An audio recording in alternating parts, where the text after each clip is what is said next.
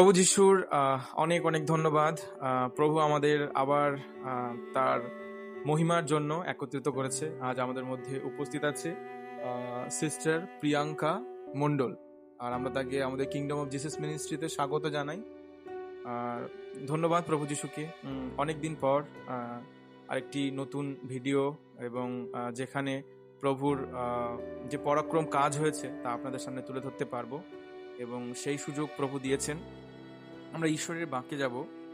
যিশাইয়া তার 53 অধ্যায়ে আমরা যদি 4 পদ এবং 5 পদ দেখি, সেখানে লেখা আছে, সত্যই আমাদের যাতনা সকল তিনি তুলিয়া লইয়াছেন, আমাদের ব্যথা সকল তিনি বহন করিয়াছেন, তবু আমরা মনে করিলাম তিনি আহত, ঈশ্বর কর্তৃক প্রহারিত ও দুঃখার্ত।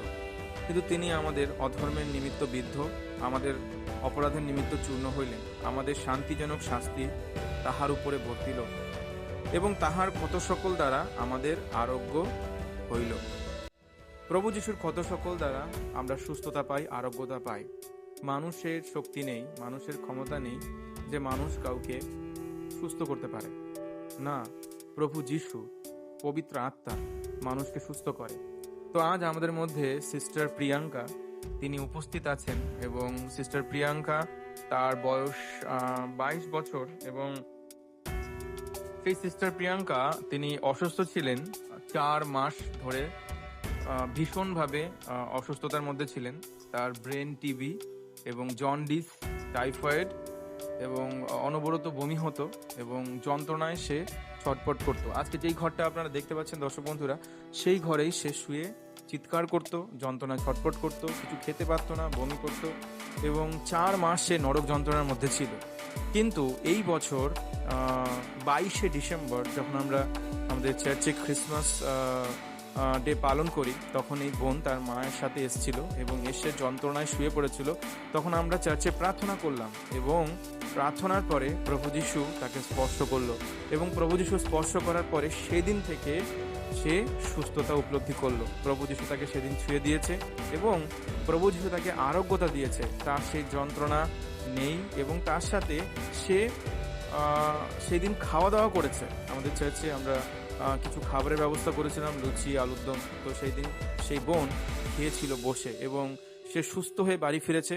এবং তারই জীবনে যে এই অলৌকিক কাজ প্রভু যিশু করেছে, এবং প্রভু যিশু তাকে এতগুলো রোগের হাত থেকে এবং মৃত্যুর হাত থেকে তাকে রক্ষা করেছে, তো আমরা তারই মুখ থেকে শুনবো। আর প্রভু যিশু যে জীবন্ত ঈশ্বর, এবং সত্যি যে প্রভু যিশুর রাজ্যে উদ্ধার আছে, মুক্তি আছে। তাই আজকে আমাদের এই কিংডম অফ জিসাস মিনিস্ট্রি এই চ্যানেলে আপনারা তারই মুখ থেকে শুনতে পারবেন সেই প্রভু যিশু জীবন্ত ঈশ্বর এবং তার সাক্ষ্য। এখন আমি সিস্টার প্রিয়াঙ্কা মণ্ডল, তোমাকে তোমার জীবনের যে যন্ত্রণার সময়, যে রোগে তুমি কষ্ট পাচ্ছিলে এবং যা কিছু তোমার জীবনে ঘটেছে 4 মাস ধরে, কিভাবে তুমি সুস্থ হয়েছো, এবার নিজের মুখে তুমি দর্শকদের বলো। সবাইকে জয় যিশু। আমার ব্রেন টিবি, জন্ডিস, তারপর টাইফয়েড ছিল। তো অনেক ডাক্তার দেখিয়েছে আমার মা। তা ডাক্তাররা বলেছিল যে আর কোনো উপায় নেই। তো মা তখন ভেঙে পড়েছিল।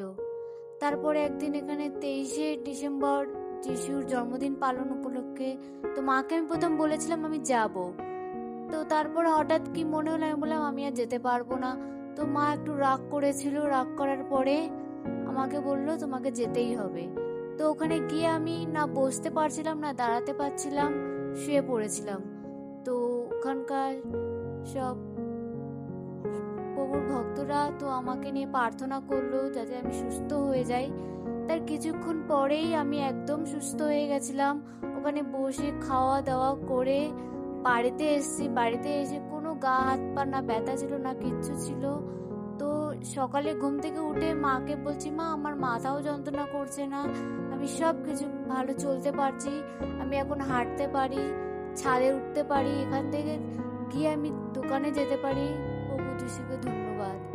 ধন্যবাদ। প্রিয় দর্শক বন্ধুরা, আপনারা নিজেরাই শুনলেন যে বোন কিভাবে সুস্থতা পেয়েছে এবং কিভাবে তার নতুন জীবন প্রভু যিশু তাকে দিয়েছে। প্রভু যিশু জীবন্ত ঈশ্বর, এবং আপনারা আমাদের আগের এই চ্যানেলে, আমাদের কিংডম অফ জিসাস মিনিস্ট্রি চ্যানেলে অনেক ভিডিও এরকম দেওয়া আছে, এবং আশা করি আপনারা সবাই তার মুখে বুঝতেই পারলেন এবং শুনতেই পারলেন যে কিভাবে প্রভু যীশু তাকে মৃত্যুর মুখ থেকে বাঁচিয়েছে।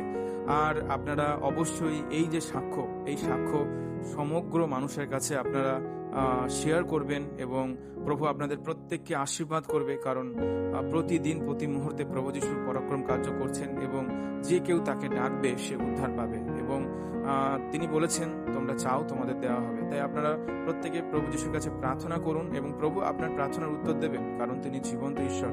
তিনি আপনার আমার পাপের জন্য ক্রুশে মৃত্যুবরণ করেছে এবং পাপকে ক্ষমা করেছে। এবং আপনি যখন বিশ্বাসে প্রভু যীশুকে ডাকবেন এবং প্রার্থনা করবেন, প্রভু আমার জীবনে এসো, আমার পাপকে ক্ষমা করো, আমার হৃদয়ে এসো এবং আমার জীবনকে স্পর্শ করো, প্রভু স্পর্শ করবে। এই বোনকে প্রভু স্পর্শ করেছে, সুপ্রিয়া মণ্ডলকে প্রভু সুস্থ করেছে, তাহলে আপনাকেও করতে পারবে। কারণ হচ্ছে আমার বা বোনের বা আপনার মধ্যে কোনো পার্থক্য নাই, আমরা সবাই ঈশ্বরের সন্তান।